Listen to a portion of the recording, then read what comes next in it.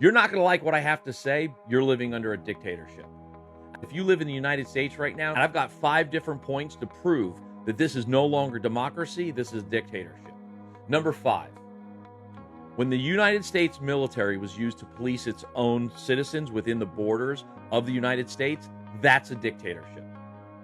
Number 4, kidnapping of civilians within the borders of the United States, detaining them and deporting them without due process or without any justification legally, that's a dictatorship. Number 3, attacking free press.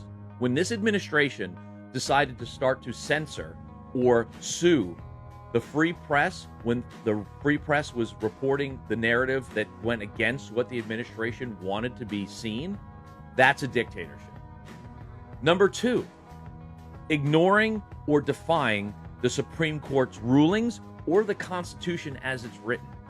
The fact is, this administration has violated the Constitution on multiple levels, and then when the Supreme Court was ruled on certain things like due process, a 9-0 ruling stating that they had to follow order to due process, the administration refused. Now, before I give you the number 1, please comment, repost this, hit favorite, and follow me for more.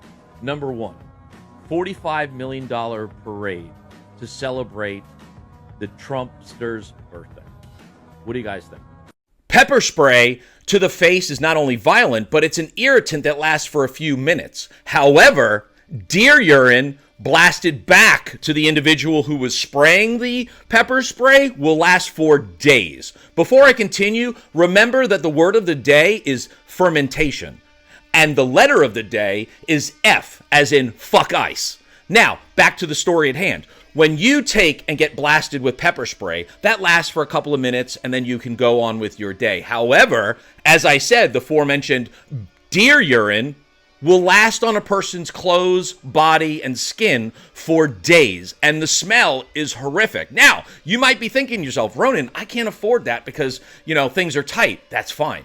You can go to the local store, buy a 2-liter bottle of Coke. You can drink that said Coke, and when you're time to relieve yourself, you can pour that back into the 2-liter bottle of Coke, put a cap on, put it outside in direct sun, let it heat up, and ferment. That's right, ferment. I told you that was a key word of the day. Then, once it's fermented, it will have the smelling power of 10 times what the deer urine is, and that should be, when you accompany it with a water balloon, hypothetically be a hell of a deterrent for anybody that wants to spray pepper spray into your face. Now, I'm not saying that resistance is optional, because it's not.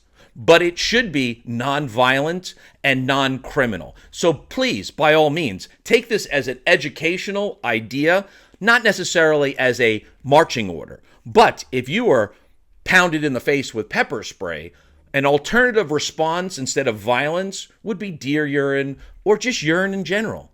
I hope this helps. If you have any questions, leave a comment. Let me know what you think.